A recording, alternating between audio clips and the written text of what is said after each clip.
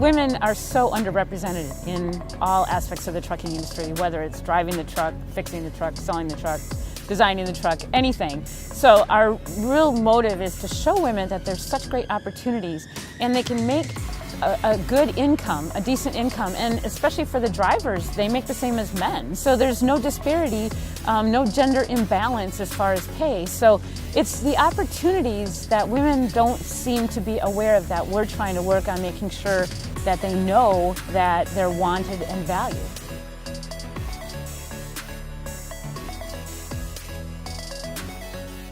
If we're going to need close to 1 million drivers through attrition, that means that the older generation's leaving. So we need more women, and we are seeing an upsurge of, not surge, but a few more women. We do the Women in Trucking Index. I think our efforts are showing improvement in the United States because of the things that we're doing to target both younger women and women who may not be aware of the trucking industry as a whole.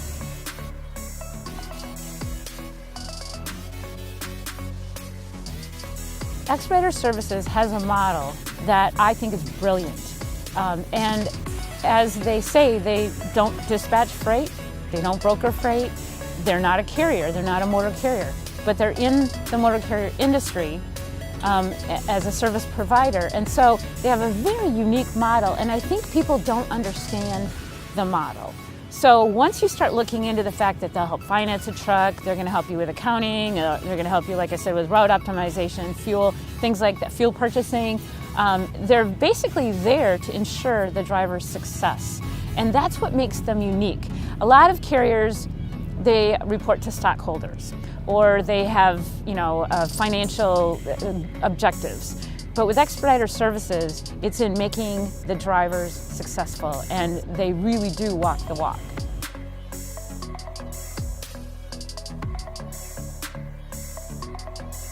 Even in 2018, a lot of women haven't established a credit record. So that makes it more difficult for them to go and get a loan to buy a truck. But what Expediter Services is doing with the 150 Challenge is helping them, and they'll look at their work record, not necessarily their credit history, and they recognize that sometimes people have had an issue, maybe some hospital bills or things like that, and so they look beyond that and they look at the person themselves.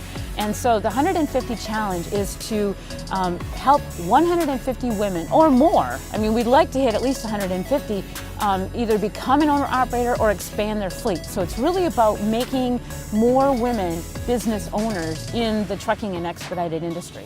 How rewarding to know that we have helped almost 40, I believe it's almost 40 women become owner-operators, business owners. And that, to me, that's very exciting. That's all about empowering. It's empowering and encouraging and supporting. And that's what Expediter Services does with that 150 Challenge. We're going to help you be successful, and we're going to make sure that you're successful because we're investing in you as an individual. It's the tools. So if you come into the industry and you don't realize the importance of the bookkeeping aspect of it, or maybe fuel optimization or route optimization, and having somebody help you and hold your hand and say, these are the best routes to pick, these are the best loads to pick, this is where you should buy your fuel, and this is what you can write off as a tax deduction, things like that. It answers so many questions that someone might not know where to turn.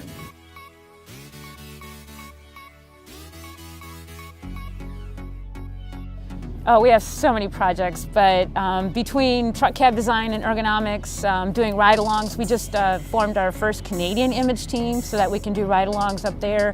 And then I'm so excited, and Expediter Services has helped with this as well, but we're coming out with a doll.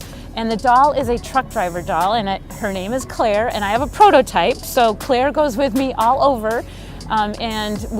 If you follow Women in Trucking on Twitter, it's #Where'sClaire. No apostrophe. I learned that you don't put an apostrophe in there.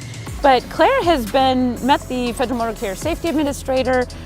Recently she was in Canada. She'll be in Australia in a couple weeks. But Claire will bring attention to the fact that young girls can learn about careers in the trucking industry. So the first doll is a truck driver.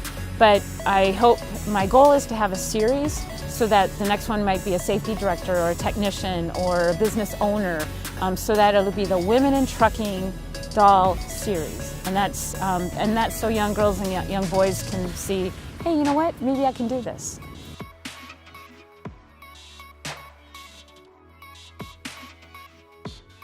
Typically, Women in Trucking doesn't get involved in lobbying because we have both drivers and carriers that are members, and a lot of times they don't agree on things like days and hours of service, so we remain neutral on those.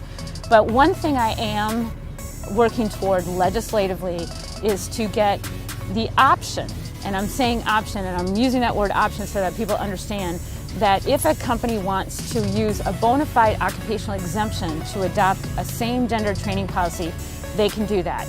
Now, in Canada, you can have a same-gender training policy. In the United States, you can't do that because one company was sued because it took a little longer for the female trainees to get a female trainer.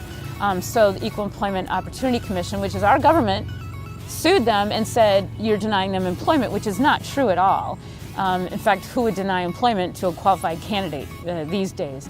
But if a carrier wants to adopt a same-gender training policy, I personally feel it will actually bring in more female trainers. I think a lot of women might not want to train because who wants to be assigned to an unrelated individual who you don't know of the opposite gender? So again, I'm working on that legislatively, looking for carrier and industry support so that I can go to my congressman and say, let's get some legislation passed to allow companies to adopt the same-gender training policy if they so choose. There's no other mode of transportation that mixes men and women in a work environment where there's a bed in close proximity.